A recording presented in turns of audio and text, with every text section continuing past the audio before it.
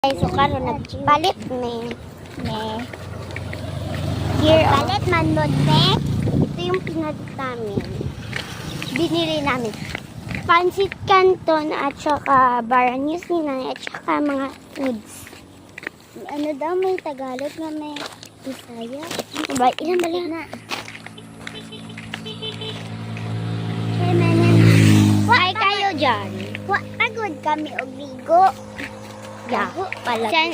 Sunscreen lang yan guys. Yung puti namin guys. Sunscreen lang yan. Kasi nagpasan tayo. Kaya mag-screen. Hindi naka-sunscreen naman ito sa mga antibiotic. Pero itong isa lang wala. Diba? May kulang sa sunscreen namin guys. Nakalimutan namin.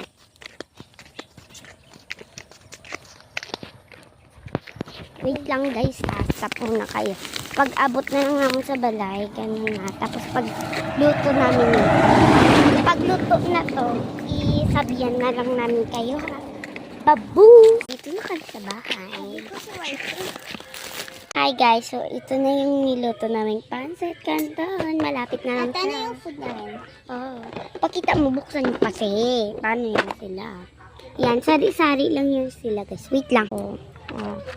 Diba? Ito yung Richie. Ano tawag ganyan?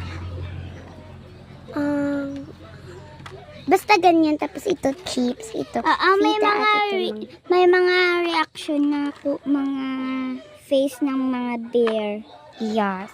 Ito naman yung ating kanton. Ay, chocolate rin yun sa salodo. Ayun, may buho. Buksi bala. Ayan. Ako ni isabi.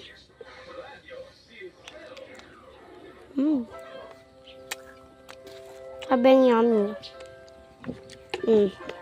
Babay muna. Pagkain na lang mamaya. I-open na lang namin kayo. Bye-bye. Mimix muna tayo, guys. Uy, nagkamay na. Nakakamay ko na. And then, toyo. Sarap ng toyo niyo. Hala, may toyo na naman siya. Talaga po, may toyo. Di ba bawal sa toyo? Sarap. Lumit. Ang sarap na. So, sa mga nagtatanong kung ano talaga yung salita namin eat, siya Bisaya. Kasi Bisaya yung papa niya. Pero, half Bisaya, half Ilonggo. Medyo lang maliit yung